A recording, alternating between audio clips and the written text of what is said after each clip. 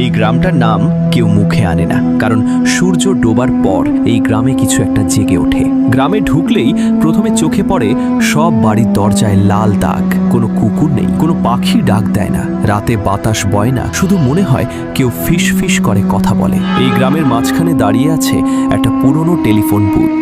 রং খসে পড়েছে, কাঁচে হাতের ছাপ, আর ভেতরে ঢুকলেই হঠাৎ শ্বাস নিতে কষ্ট হয়। গ্রামের লোকেরা বলে এই বুথটা অভিশপ্ত। রাতে যদি কারোর নিজের নাম্বার থেকে এই বুথে ফোন আসে আর যদি কেউ রিসিভ করে, সে মানুষ আর বাঁচে না। প্রতিদিন সকালে গ্রামে একটা না একটা লাশ পাওয়া যেত, কখনো রাস্তার ধারে, কখনো বাড়ির ছাদের মধ্যে। সব লাশের চোখ খোলা, সব লাশের হাত এমনভাবে বাঁকানো যেন তারা শেষ মুহূর্তে ফোন ধরেছিল। এক রাতে এক অচেনা ছেলে এই গ্রামে বেড়াতে আসে। একদিন আদিব গ্রামে আসে ঠিক রাত 12টায়। পুরনো বুথটার ভেতর থেকে ফোন বাজে, ট্রিং ট্রিং।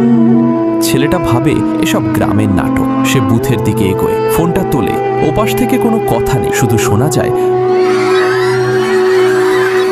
পরদিন সকালে গ্রামের মানুষ বুথের সামনে ছেলেটার লাশ পায়।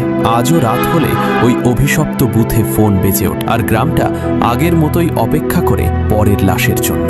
বন্ধুরা, ফ্রি ফায়ার আর পাবজির ভিতরে কাকে তোমরা পছন্দ করো?